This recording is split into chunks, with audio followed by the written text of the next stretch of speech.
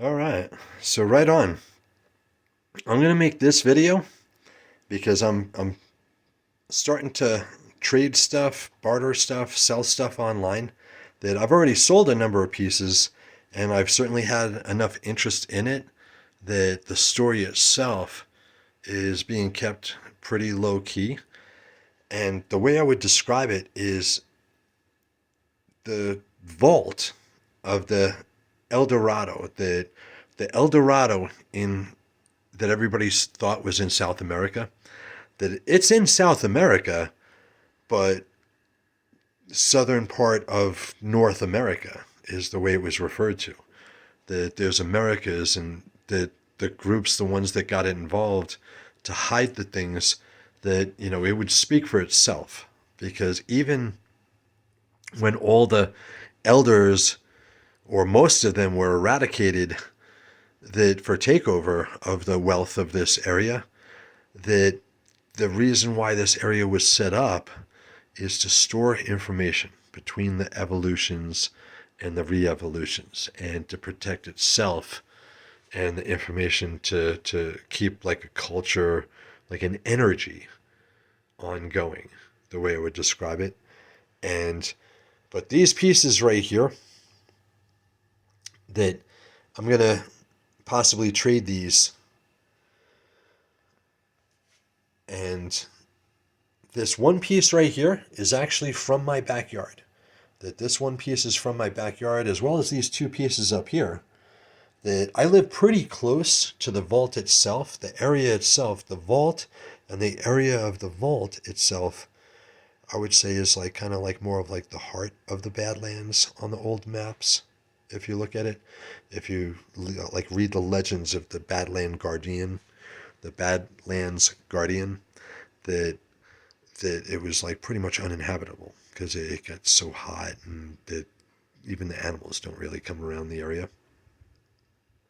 But at one point, it was a mega metropolis, and tropical during different evolutions, disasters, climate changes, and there's evidence of it.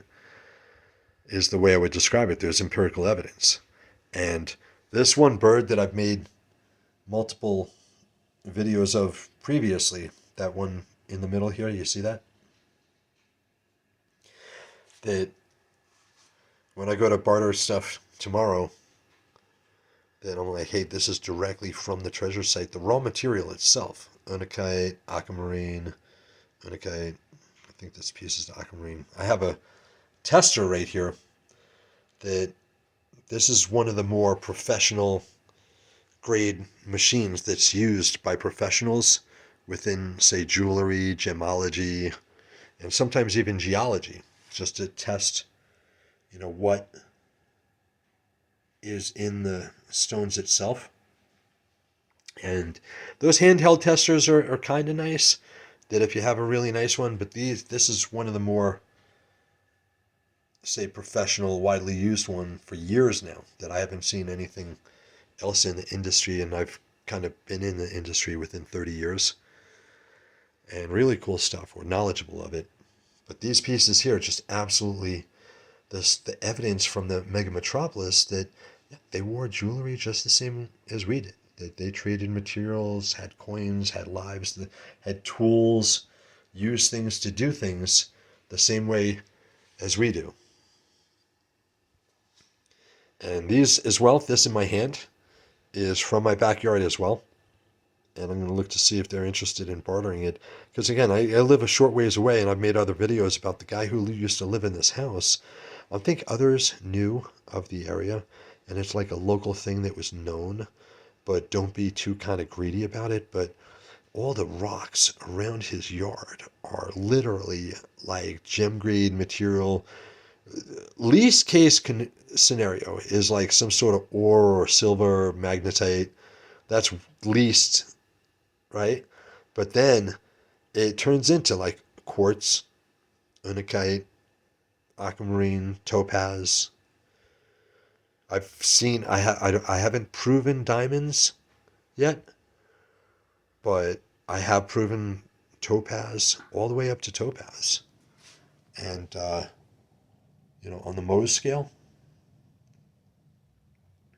There's sapphires north of here. Rubies, I've never heard of rubies in this area. That's halfway around the world in like Magog in places over there.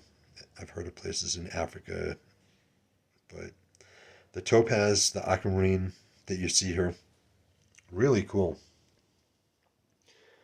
But I'm impressed with the pieces. Right on.